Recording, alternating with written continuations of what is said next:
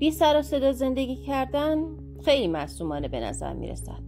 انگار فقط می خواهی همیشه ساده و بی ادعا زندگی کنی. فقط می خواهی جنجالی به پا نشود.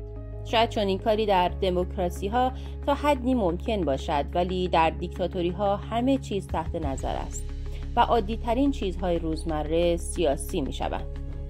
حتی اگر زیر بار این موضوع نروی هم باز سیاسی می شوند. در دیکتاتوری ها برای داشتن یک زندگی بی سر و صدا باید دائما برنامه ریزی کرد، آگاهانه و جسورانه، یا حیله‌گرانه و ریاکارانه، یا ناآگاهانه و خام دستانه. بعضی ها در این نوع زیست همزمان دو احساس را تجربه می کنند، هم احساس عذاب وجدان و هم احساسی خوشایند.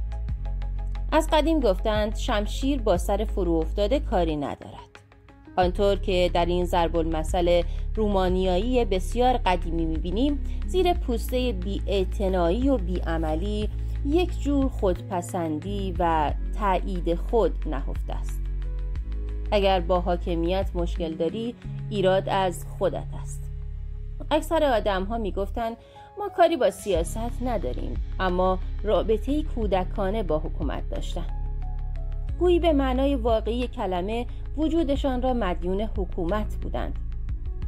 غالباً به نظرم می رسید آنها نه فرزندان این سرزمین که فرزندان این حکومتند و توافقی خاموش با آن دارند. آنها از صورت ظاهری دیکتاتوری صیانت می کردند. به باور من سیاست ورزی فقط کارهایی نیست که می کنی، بلکه همچنین کارهایی است که نمی کنی.